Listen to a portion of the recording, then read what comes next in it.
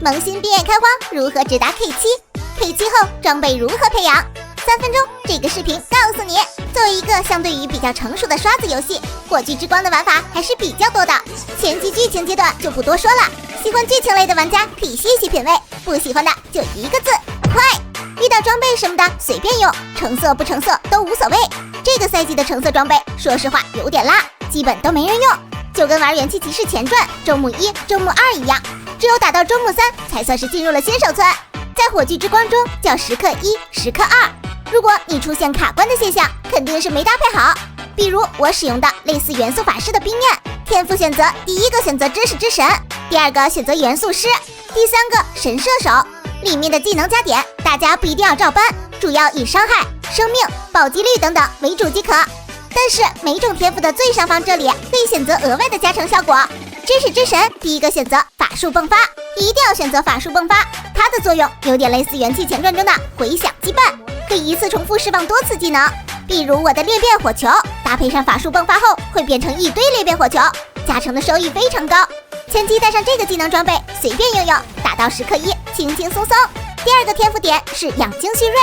元素师点的是透明，有点像元素法师的元素融合，造成火焰伤害就会100%增加其他属性伤害，以及奇幻莫测增加敌方的元素异常。第三个天赋选择的是神射手，主要是为了搭配裂变火球，因为裂变火球属于投射物，如果你不是裂变火球流派，可以选择别的。技能加点方面，不要看火炬之光的技能好像很多，但是一般它的伤害技能只有1到2个。比如我唯一的主动伤害技能就是裂变火球，其他的所有技能都是 buff 类技能。火炬之光的技能与元气前传有些不同，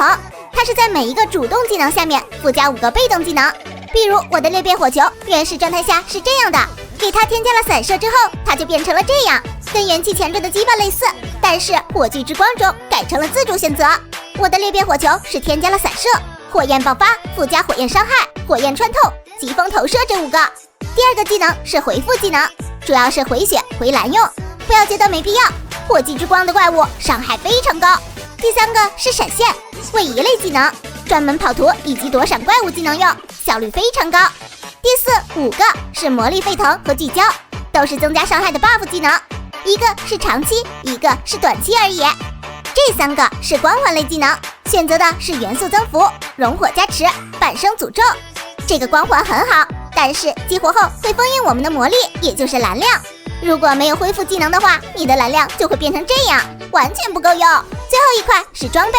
前期传奇垃圾装备直接用到时刻5问题不大，尤其是春日复苏这个法杖，虽然它的伤害加成不高，但是它使用技能即可回血回蓝的续航效果非常棒，用到时刻6都不会过时。